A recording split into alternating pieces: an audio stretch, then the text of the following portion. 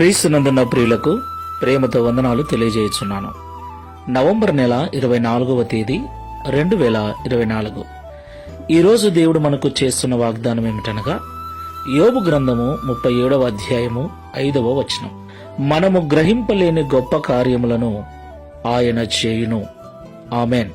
నా ప్రియమైన సహోదరి సహోదరులారా, ఎంత ప్రార్థనాపరులమైనప్పటికీ, ఆత్మీయమైన స్థితిలో ఎంత ఎదిగినప్పటికీ, వాక్యము ఎంతగా తెలిసినప్పటికీ, ఈ లోకంలో జీవిస్తున్న మనము కొన్నిసార్లు నిరాశలకు గురవుతూ ఉంటాం, నిస్సహాయత స్థితిలోకి వెళ్ళిపోతూ ఉంటాం.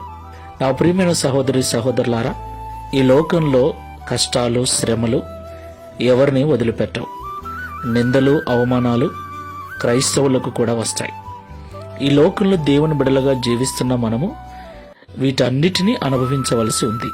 అయితే కొన్నిసార్లు ఎంత నిస్సహాయతలోకి వెళ్ళిపోతామంటే, ఇక నా జీవితం మారుతుందా, ఇక నా స్థితి సరిచేయబడుతుందా, ఇక నా జీవితం ఆశీర్వదించబడుతుందా, ఇక నేను కోలుకుంటానా, లేకపోతే ఈ వ్యాధితోనే, ఈ బలహీనతతోనే, ఈ ఇబ్బందిలోనే నేను చనిపోతానా అన్నంత భయంకరమైనటువంటి ఆలోచనలోకి వెళ్ళిపోతాం. నా ప్రియమైన సహోదరి సహోదరులారా, మనం ఆరాధిస్తున్న దేవుడు సర్వశక్తి గలవాడని మనం ఎన్నడూ మర్చిపోకూడదు.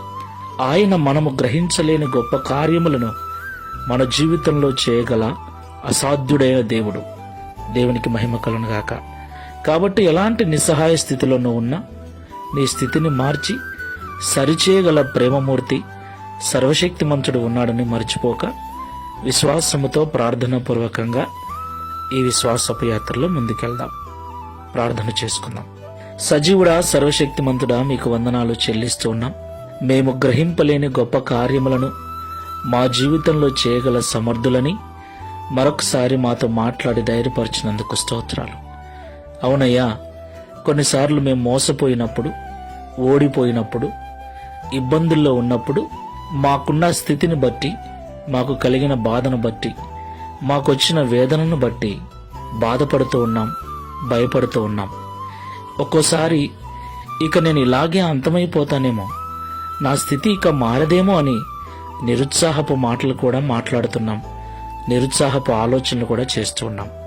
అయితే విశ్వాస విషయంలో, ప్రార్థించే విషయంలో వెనకడుగు వేయక పట్టుదలగా మేము నీ సన్నిధిలో ప్రార్థించినట్లయితే, మేము గ్రహింపలేని గొప్ప కార్యములను మా జీవితంలో చేసి మమ్మల్ని అనేకులు ఎదుట సాక్షులుగా నిలబెడతారని మాతో మాట్లాడారు.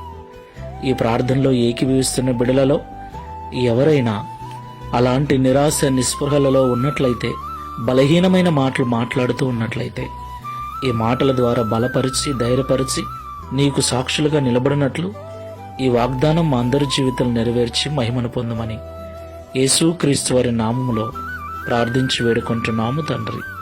Amen. Praise the Lord. God bless you.